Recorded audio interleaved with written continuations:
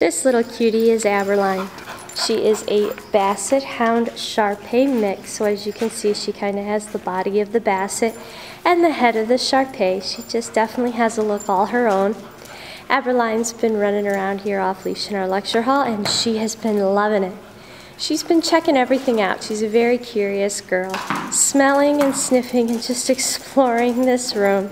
She'd definitely be good in a home that could spend some time playing with her.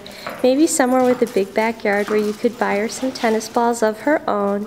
Otherwise, take this girl for nice long walks. She loves going outside, loves to sniff and smell and just see what is going on in her world. She's also very friendly, as you can see. She loves to be petted and scratched.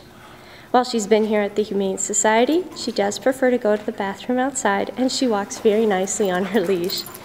She's just got a lot of personality in that little body. She'll make someone a wonderful new little pet.